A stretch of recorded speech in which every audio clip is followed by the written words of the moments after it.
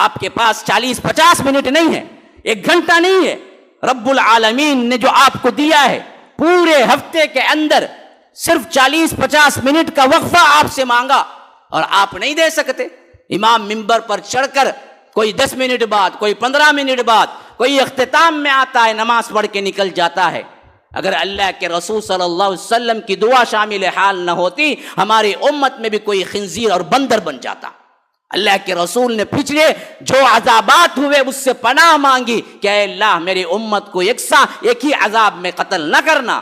اللہ کے رسول کی یہ دعا قبول ہوئی صلی اللہ علیہ وسلم. ہمارے اندر مسلسل روگردانی ہے، ہمارے اندر مسلسل انحراف ہے. اللہ کے رسول صلی اللہ علیہ وسلم کی احادیث سنتے ہیں، عمل نہیں، عمل سے انکار، خواہ وہ زبانی ہو یا نہیں، لیکن عمل سے انکار. بیٹھے ہوئے کتنوں کو نہیں معلوم ہے؟ میں تو عموماً کہتا ہوں سب کو معلوم ہے.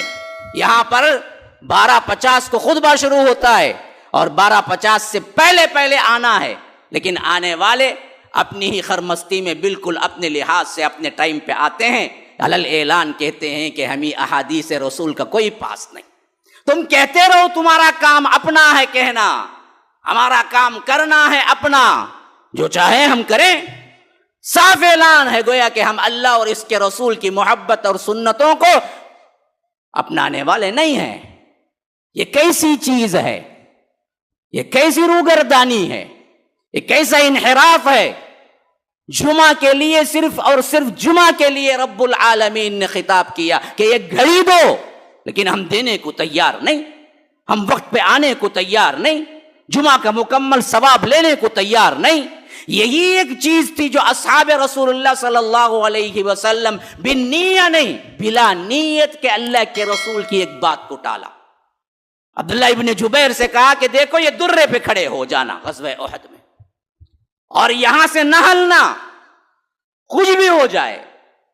لیکن حضرت عبداللہ ابن جبیر کے ساتھیوں نے دیکھا کہ فتح ہو گئی احد میں، بہت جلد وہاں سے پلٹ گئے. خالد ابن الولید پیچھے سے آئے اور انہوں نے حملہ کر دیا اور مسلمانوں کی فتح بنتی بنتی شکست میں تبدیل ہو گئی. اللہ نے اسی واسطے کہا کہ وَأَطِيعُوا اللَّهَ وَالرَّسُولَ لَعَلَّكُمْ تُرْحَمُونَ. لوگوں اللہ اس کے رسول کی اطاعت کرو، خواہ بات تمہاری سمجھ آئے یا نہ آئے. احد میں شکست کی وجہ یہی ہوئی کہ تم عبداللہ ابن جبیر کو جہاں کھڑا کیا تھا وہاں سے تم ہٹ گئے. یہ چھوٹی سی غلطی، حالانکہ بالنیہ نہیں کی انہوں نے، بلا نیہ کے سمجھنے میں غلطی ہوئی. بعض صحابہ نے یہ سمجھا کہ اللہ کے رسول نے یہاں کھڑے ہونے کا حکم اس وقت دیا جب جنگ چل رہی ہو، اب تو جنگ ختم ہو گئی، ہمیں ہٹنے کا اختیار ہے. حالانکہ اللہ کے رسول کا اعلان یہ تھا کہ کچھ بھی ہو جائے جب تک میں نہ بتلاؤں تم یہاں سے نہ ہلنا. سمجھنے کی غلطی کے اعتبار سے ایک نافرمانی ہوئی تو فتح بنتی بنتی شکست میں تبدیل ہو گئی. اور ہم سمجھتے بوجھتے جانتے سنتے ہمیشہ ہر جمعہ وہی غلطی کرتے ہیں، تو کیا اللہ کی پکڑ نہیں آئے گی؟ سوچنا چاہیے. 10-5 منٹ پہلے آنے سے کیا ملٹی ملینئر بن جائیں گے؟ کیا کروڑوں کا تمہارا نقصان ہو جائے گا؟ یہ نہیں تو کروڑوں کا نفع ہو جائے گا. آخر اللہ اس کے رسول کی مانتے کیوں نہیں ہیں؟ اللہ اور اس کے رسول کی مانتے کیوں نہیں ہیں؟ اپنی دنیا آخرت کیوں خراب کر لیتے ہیں؟ فرمایا وَأَطِيعُوا اللَّهَ وَالرَّسُولَ، اللہ اور اس کے رسول کی اطاعت کرو، لعلکم ترحمون، تاکہ تم پر رحم کیا